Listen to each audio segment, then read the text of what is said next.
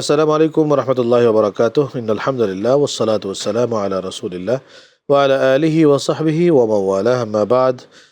সুপ্রিয় দর্শকবৃন্দ, যারা যেখান থেকে আপনাদের প্রিয় অনুষ্ঠান পবিত্র রমজান মোবারকের স্পেশাল প্রোগ্রাম শানশাহ জিয়াউল হক মাঝভান্ডারী ট্রাস্ট কর্তৃক আয়োজিত আলোকধারা দেখছেন, সকলকে জানাচ্ছি আন্তরিক শুভেচ্ছা এবং মোবারকবাদ। আশা করছি সবাই ভালো আছেন এবং সুস্থ আছেন। দর্শক, আজকে আলোচনা শুরুর পূর্বে আমরা আমাদের যিনি গেস্ট হিসেবে রয়েছেন তার সাথে চলুন পরিচিত হয়ে নেই। ঢাকা আহসানিয়া ইনস্টিটিউট অফ সুফিজমের সম্মানিত সহকারী অধ্যাপক মুফতি শেখ মোহাম্মদ উসমান গনি। আসসালামু আলাইকুম রহমতুল্লাহি ওবারাকাতু। ওয়ালাইকুম সালাম রহমতুল্লাহ ওবরাকাত। মোহতারাম, আমরা জানি যে আমরা যখন আলোচনা করি তার আগে আমাদের দর্শকদেরকে আমরা দেখানোর চেষ্টা করি যে আজকে আমরা কি বিষয়টি নিয়ে আলোচনা করতে চাচ্ছি। তো চলুন সেই ধারাবাহিকতায় আমরা আমাদের স্ক্রিনে দেখে আসি আজকের বিষয়। ইতেকাফের গুরুত্ব ও ফজিলত। ইতেকাফ হল রুহের নিভৃত বাস, যেখানে বান্দা দুনিয়ার সব মায়া ছিন্ন করে আপন মাবুদের প্রেমে মসজিদে আশ্রয় নেয়। এটি আত্মিক সাধনার এক উচ্চতর স্তর।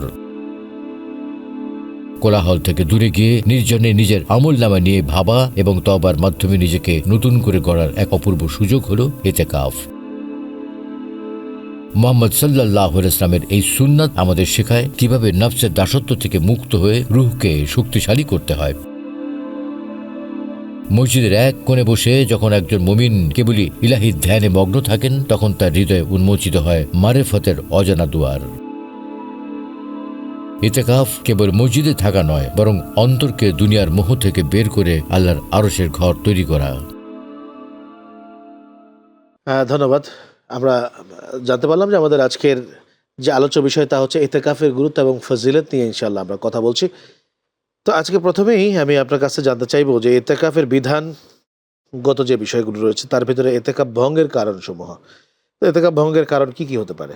ধন্যবাদ সুপ্রিয় উপস্থাপক, সম্মানিত দর্শক শ্রোতা। ইতেকাফ অত্যন্ত গুরুত্বপূর্ণ একটি আমল। কোরআনে কারিমে এই বিষয়টি সূরা বাকারায় রয়েছে, ওয়াল আকিফি নাফিল মাসাজিদ। তো এই যে মসজিদ যারা ইতেকাফ করে, তো হজরতে ইব্রাহিম আলাইহিসসালাম এবং ইসমাইল আলাইহিসসালামকে আল্লাহ রব্বুল আলামিন কাবার চত্বর পবিত্র রাখার নির্দেশ দিয়েছিলেন যে কাদের জন্য, যারা নামাজ আদায় করবে এবং এতেকাফ করবে। বোঝা গেল এতেকাফ করা এটি প্রাচীনতম বিধিবদ্ধ একটি ইবাদত। এবং রাসূল করিম সাল্লাল্লাহু আলাইহি ওয়াসাল্লাম আজীবন রমজানের শেষ দশক এতেকাফ করেছেন এবং তিনি শেষ জীবনে শেষ রমজানে 20 দিন এতেকাফ করেছেন। তো এই এতেকাফ মানে হলো অবস্থান করা, অর্থাৎ আমি মসজিদে নির্ধারিত সময় বা নির্দিষ্ট সময় অবস্থান করব, এই নিয়াত করে ইবাদতের উদ্দেশ্যে সেখানে অবস্থান করা, এটি হলো এতেকাফ। এতেকাফ ভঙ্গ হয় একটি মাত্র কারণে, সেটি হলো এই নির্ধারিত স্থান থেকে বিনা কারণে বিনা উজরে বের হওয়া। এই ছাড়া এতেকাফ ভঙ্গ হয় না।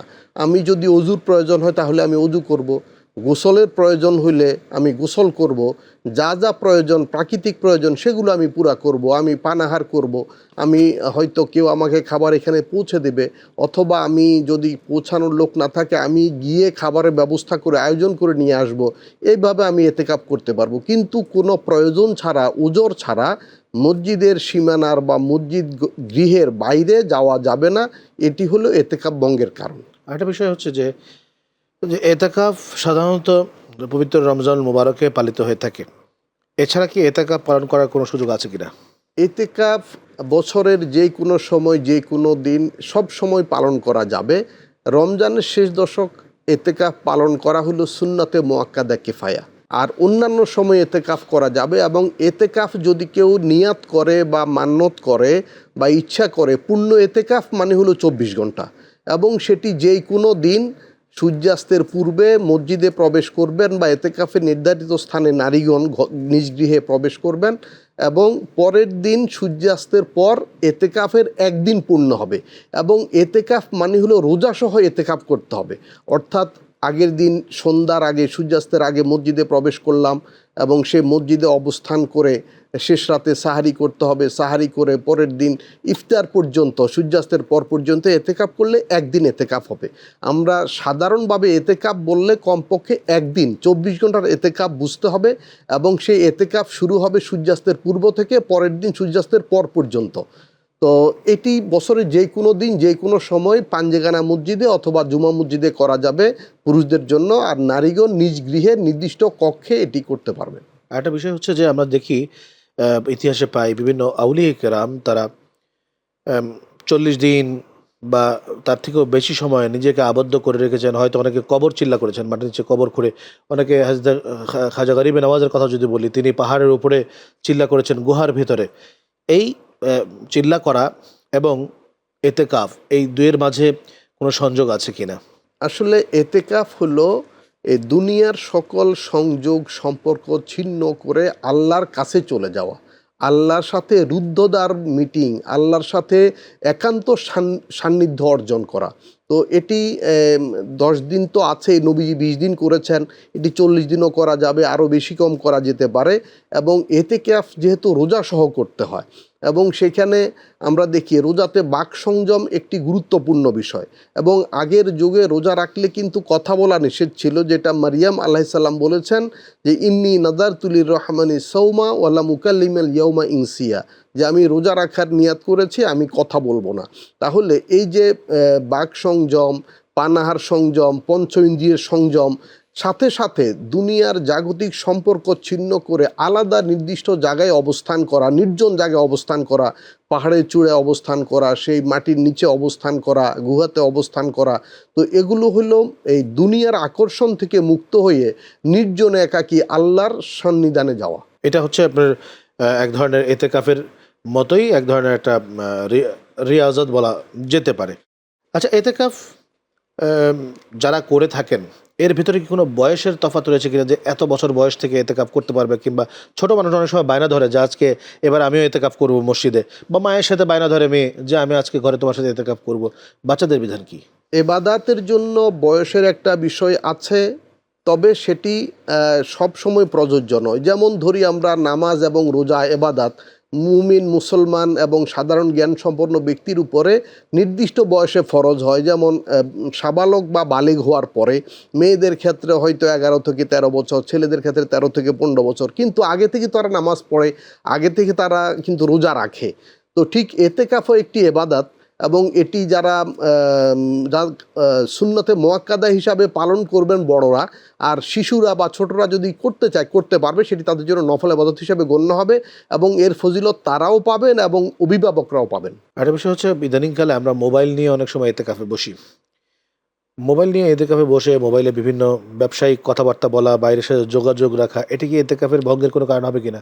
মোবাইল ব্যবহারটা দুই প্রকার। একটা হলো অতি প্রয়োজনে ব্যবহার করা, এবং সেখানে দেখা গেল 2-4 সেকেন্ডে কথা হয়, হ্যাঁ না, ইয়েস নো বলে কথা, ঠিক আছে, হবে হবে না, এ করো করো না, এভাবে বলে শেষ করে দেওয়া। এই ধরনের ব্যবহার এটি নিরাপদ। কিন্তু আরেক রকম ব্যবহার আছে, সারাদিন মোবাইল নিয়ে পড়ে থাকা, এটি এতেকাফের পরিপন্থী বিষয়। এতেকাফ হলো আমি দুনিয়ার সব ছেড়ে আল্লাহর কাছে আসলাম।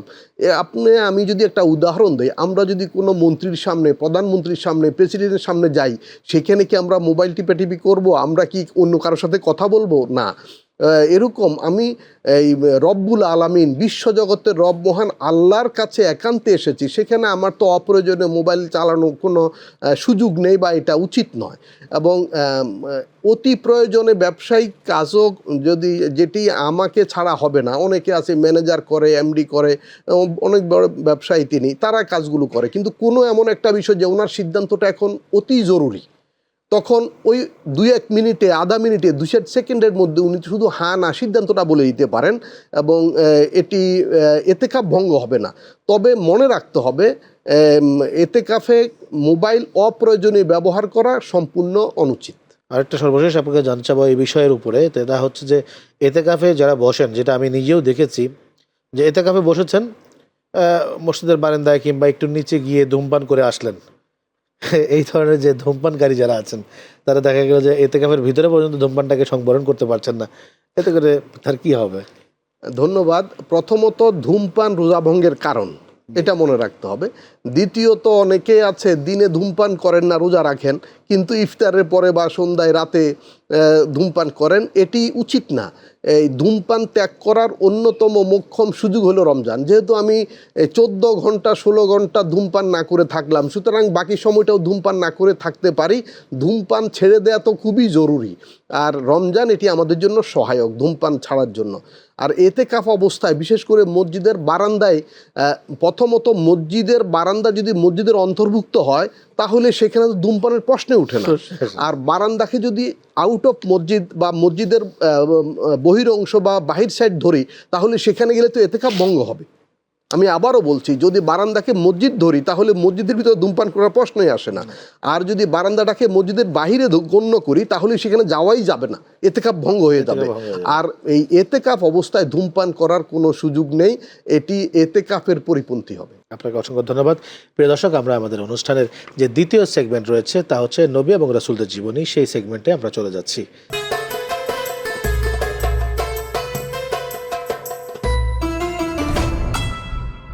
আমাদের দ্বিতীয় সেগমেন্ট নবী রাসূলদের জীবনীতে আজকে আপনার কাছে জানতে চাইব হযরতে সুলাইমান আলাইহিস সালামের জীবনী সম্পর্কে। ধন্যবাদ। হজরত সুলাইমান আলাইহিসসালাম তিনি একজন নবী, একজন শাসক, একজন বিশ্ব সম্রাট। তিনি একজন বহু ভাষাবিদ। বহু ভাষা কি, তিনি সকল মানুষের ভাষা যেমন বুঝতেন, প্রাণীদের ভাষা তিনি বুঝতেন।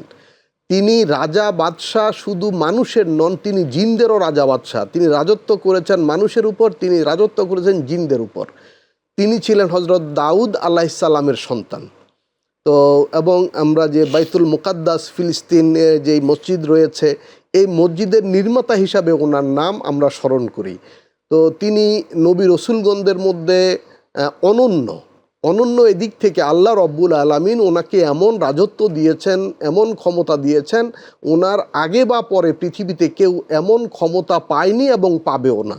এবং তিনি ছিলেন অত্যন্ত এবাদতগুজার, পরহেজগার, এবং তিনি ওনার নাম কোরআনে কারিমে উল্লেখ হয়েছে 17 বার। মানে নবী রসুলদের মধ্যে অত্যন্ত মর্যাদাবান ছিলেন তিনি। এবং তিনি যে ফিলিস্তিনে বাইতুল মুকাদ্দাসের নির্মাণ সম্পন্ন করেন, তিনি জিনদের মাধ্যমে এই মসজিদের এই নির্মাণ কাজ সম্পন্ন করেছিলেন। এবং শেষের দিকে ওনার যেহেতু আয়ু শেষ হয়ে গিয়েছিল, মসজিদের নির্মাণ কাজ তখনও সম্পন্ন হয়নি, তখন তিনি আল্লাহর ইচ্ছায় তিনি হাতে লাঠির উপরে ভর করে দাঁড়িয়েছিলেন, আর ওই অবস্থায় ওনার ইন্তেকাল হয়ে গিয়েছিল। আর জিনরা কিন্তু সেটি বুঝতে পারেনি, তারা ওনার নির্দেশনা মতো, ওনার পরিকল্পনা মতো কাজ শেষ করেছে। কাজ শেষ হওয়ার পরে আল্লাহর ইচ্ছায় দেখা গেল ওনার লাঠি যে মাটির উপর ঠেস দেওয়া ছিল, উই পোকা ওনার সেই লাঠি ধীরে ধীরে খেয়ে নষ্ট করলো, আর ওনার ভর লাঠি আর নিতে পারলো না, উনি পড়ে গেলেন। তখন জিনেরাও বুঝতে পারলো যে উনি বহু আগে ইন্তেকাল করেছেন।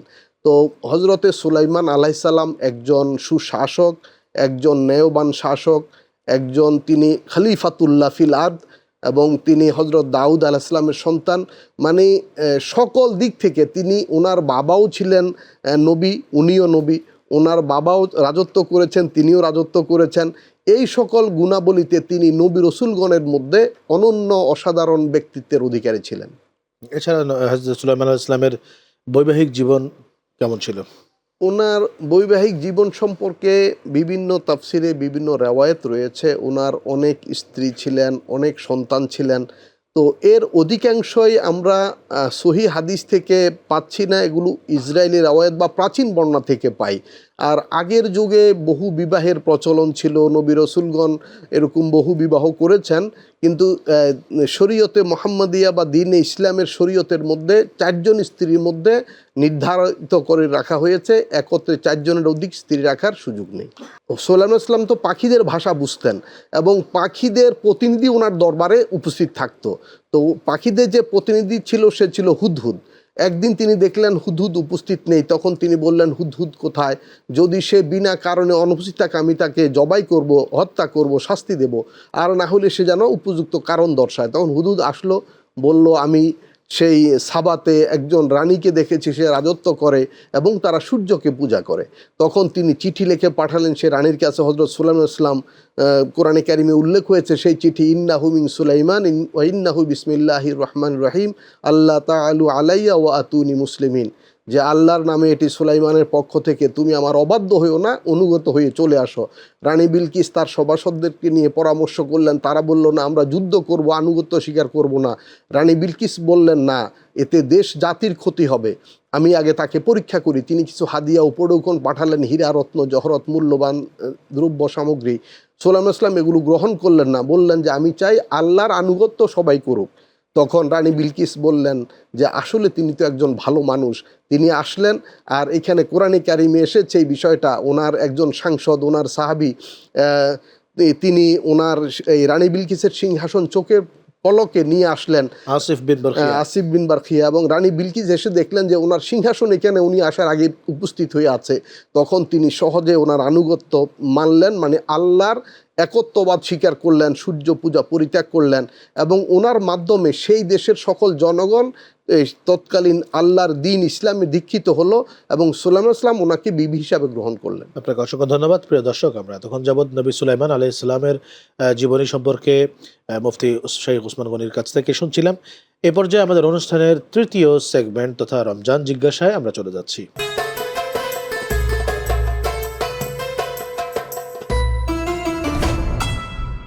রমজান জিজ্ঞাসায় আমি আপনার কাছে আজকে জানতে চাইব, নামাজের ফরজ বিধান ছুটে গেলে সাহু সেজদার দিতে হবে কিনা এবং সাহু সেজদার নিয়ম। ধন্যবাদ।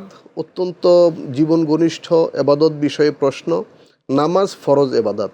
এই নামাজে রয়েছে বাহিরে 7টি ফরজ, ভিতরে 6টি ফরজ। তো এই ফরজের কোনো একটি ছুটে গেলে ইচ্ছায় অনিচ্ছায় যে কোনোভাবেই ছুটুক নামাজ শুদ্ধ হবে না। নামাজটাকে দ্বিতীয়বার পড়তে হবে, নতুন করে শুরু করে নতুন করে পড়তে হবে।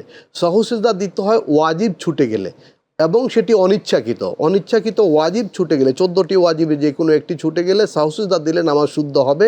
কিন্তু ফরজ ছুটে গেলে নামাজ সাহু সিজদা দিয়ে শুদ্ধ হবে না, আবার নতুন করে সেই নামাজ আদায় করতে হবে। আচ্ছা, এই 6টি বিধানগুলো কি কি এবং 14টা বিধান একটু বলে দিবেন। নামাজে যে 14টি ওয়াজিব আছে তার এবং এই 13টি ফরজ আছে। 13টি ফরজের মধ্যে বাহিরে হলো 7টি। তা 1 নম্বরে শরীর পাক, পোশাক বা জামা পাক, নামাজের জায়গা পাক, সতর ঢাকা, কেবলামুখী হওয়া, ওয়াক্ত মতো নামাজ পড়া, নিয়াত করা, এগুলো হলো বাইরে। আর ভিতরে 6টি হলো 1 নম্বর দাঁড়ানো, দাঁড়িয়ে নামাজ পড়তে হবে সুস্থ থাকলে। তারপরে রুকু করা, সিজদা করা এবং কেরাত বা কোরআন তেলাওয়াত করা নামাজের ভিতরে। তারপরে হলো নামাজে শেষ বৈঠক, এবং এই 6টি হলো নামাজের ভিতরে ফরজ। আর ওয়াজিব হলো 14টি। সূরা ফাতিহা পড়া, আলহামদুর সঙ্গে আরেকটা সূরা মিলানো, রুকুর মধ্যে দেরি করা, সিজদার মধ্যে দেরি করা, 2 সিজদার মাঝখানে বসা, এবং 3 রাকাত 4 রাকাত নামাজের 2 রাকাতের পরে বসা, এবং আত্তাহিয়াতু পড়া, নামাজের শেষে 2 দিকে সালাম ফেরানো, ভিতর নামাজে দোয়া কুনুত পড়া, এগুলো হলো নামাজের ওয়াজিব। তো এগুলোর ভিতরে যদি কোনোটা ছুটে যায় তাহলে ওয়াজিবাত, যদি কোনো ছুটে যায় তাহলে সাহু সিজদা দিলে সেটি ঠিক হয়েছে। সাহু সিজদা কি 2টো সিজদা দিতে হবে না একটা সিজদা দিলেও হবে? সাহু সিজদা দেওয়ার নিয়ম হলো নামাজের শেষ বৈঠকে, সেটি 2 রাকাত হোক, 3 রাকাত হোক, 4 রাকাত হোক, শেষের বৈঠকে প্রথমে আত্তাহিয়াতু ওয়াহদাহু লা শারিকা লাহু ওয়া আশহাদু আন্না মুহাম্মাদান আবদুহু ওয়া রাসূলুহু এ পর্যন্ত পড়ে ডান দিকে সালাম ফিরাতে হবে, এবং ডান দিকে সালাম ফিরিয়ে 2টি সেজদা করতে হবে, যেভাবে নামাজে 2টি সেজদা করা হয়।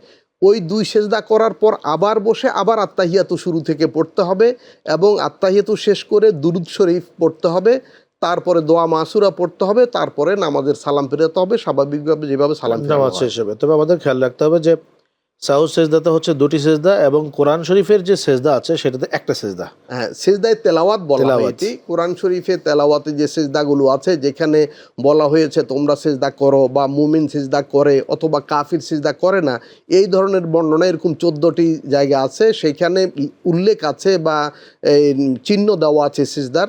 তো সেই জায়গাগুলো তেলাওয়াত করলে অথবা শুনলে একটি সেজদা দিতে হয়, এবং সেই সেজদা দাঁড়ানো থেকে সরাসরি সেজদা করা এবং সেজদা থেকে সরাসরি দাঁড়ানো, এটা হলো উত্তম। যদি কেউ বসা থেকে সেজদা দিয়ে বসে তাও সেজদা আদায় হয়ে যাবে।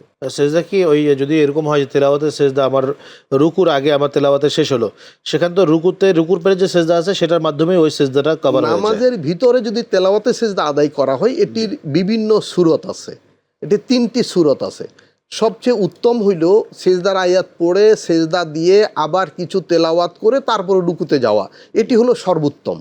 আর দ্বিতীয় হইল যে আমি এই সেজদার আয়াতে শেষ করে সরাসরি রুকুতে চলে গেলাম, তাহলে এবং তারপরে তো সেজদাতে যাবো, সেজদা আদায় হয়ে যাবে। জি। আর এছাড়াও যদি কেউ সেজদার আয়াত পড়ে সেজদা না দিয়ে অন্য আরো তেলাওয়াত করে তারপরে রুকু সেজদা করে, তাও সেই সেজদা আদায় হয়ে যাবে, তবে এটি উত্তম নয়। উত্তম হলো সেজদার আয়াত পড়ে সরাসরি সেজদায় গিয়ে তেলাওয়াত আরো কিছু করে তারপরে রুকুতে যাওয়া। এই সেগমেন্টের সর্বশেষ প্রশ্ন হচ্ছে যে নামাজে যে আমরা তেলাওয়াত করি সে আয়াতের পরিমাণ কম বেশ কতটুকু বা কটা আয়াত তেলাওয়াত করতে হয়? আমরা জানি কোরআনে কারিম তেলাওয়াত করা নামাজের মধ্যে ফার্জ। আল্লাহ তাআলা বলেছেন ফাকরাউমা তায়াসসারা মিনাল কোরআন, যে কোরআনে কারিমের যতটুকু তোমার পক্ষে সম্ভব, যতটুকু সহজ ততটুকু তুমি তেলাওয়াত করো। এখান থেকে মুজতাহিদ ফকিগণ বলেছেন যে সূরা ফাতিহা যেহেতু ওয়াজিব, তো সূরা ফাতিহা পড়লে কোরআন তেলাওয়াতের ফরজটাও আদায় হবে এবং ওয়াজিবও আদায় হয়ে যাবে। বাকি থাকলো আরও কিছু তেলাওয়াত করা, এটি হলো ওয়াজিব, এবং সেটি হতে পারে 1 আয়াত, হতে পারে 3 আয়াত, হতে পারে আরও বেশি, হতে পারে কোনো বড় আয়াতের অল্প অংশ, অর্থাৎ পূর্ণ একটি বাক্য যেটি কোনো অর্থপূর্ণ ভাব বা বিষয় ব্যক্ত করে, এমন একটি বাক্য যদি হয় কোরআনের, সেটি তেলাওয়াতের ফরজ এবং ওয়াজিব আদায় হয়ে যাবে। যাক, আলহামদুলিল্লাহ, আপনাকে অসংখ্য ধন্যবাদ। প্রিয় দর্শক, আমরা এতক্ষণ যাবৎ মুফতি শেখ ওসমান গনির কাছ থেকে অত্যন্ত গুরুত্বপূর্ণ আলোচনা শুনলাম, আর তা হচ্ছে এতেকাফের গুরুত্ব, ফজিলত এবং হযরত সুলাইমান আলাইহিস সালামের জিন্দেগির ব্যাপারে তিনি কিছু আলোকপাত করলেন। সেই সাথে রমজানের জিজ্ঞাসায় তিনি ফরজ নামাজের ভেতরে সাহসের বিধান এবং বিশেষ করে ওয়াজিবাত, ফরজগুলো, এগুলো তিনি বলেছেন, যার মাধ্যমে আমাদের অনেকগুলো মনের কোণে জমে থাকা প্রশ্নগুলোর সমাধান আমরা হয়তো বা ইনশাল্লাহ পেয়ে গেলাম। সেজন্য আপনাকে অসংখ্য ধন্যবাদ জানাচ্ছি। শুকরিয়া। দর্শক, আমাদের অনুষ্ঠানের এই পর্যায়ে অত্যন্ত চমৎকার একটি সেগমেন্ট রুহের আয়নায় আমরা চলে যাচ্ছি।